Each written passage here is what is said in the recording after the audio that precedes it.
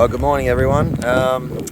This is the Logan River and I'm standing on the practice fairway at the moment, but you can see it's a little higher than we would like, but it hasn't actually broken its banks yet, but if that comes over, we're in a bit of trouble.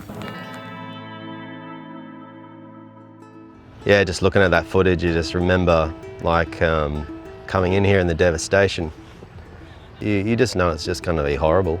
It's completely destroyed and covered in mud, and just knowing the journey in front of you really at that time. I didn't think this was going to happen. But yeah, we work really hard to make the place so beautiful. And then just to come in, it's just destroyed, basically. That's the hard part. You put your heart and soul into it and it's just taken away.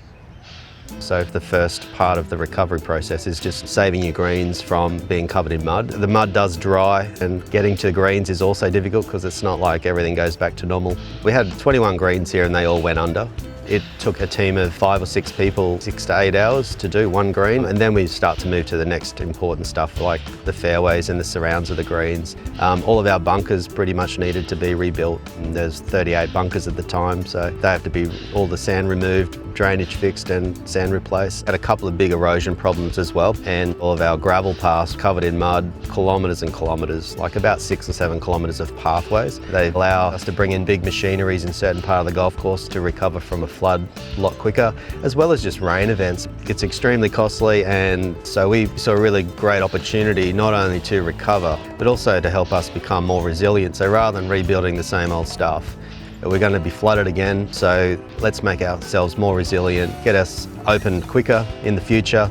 And thanks to the Queensland government, we built some retaining walls to fix our erosion issues around the first tee and our car park, and building about just over 4 kilometres of concrete paths. It's just protecting us for the future so that we can always get to the important parts of the golf course, even in wet times. The previous flood in 22, it took us 30 days.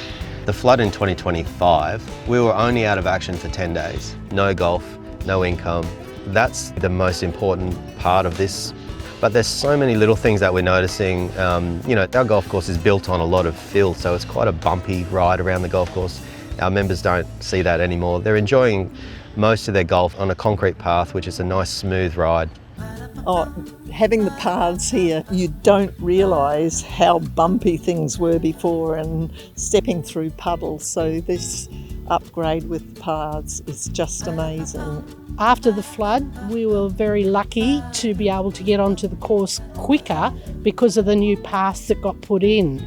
Even though it kept raining, we were able to get out and about quicker. Without the upgrades here, we probably wouldn't be playing nowhere near as much golf. The paths are fantastic, and everything here is humming along nicely.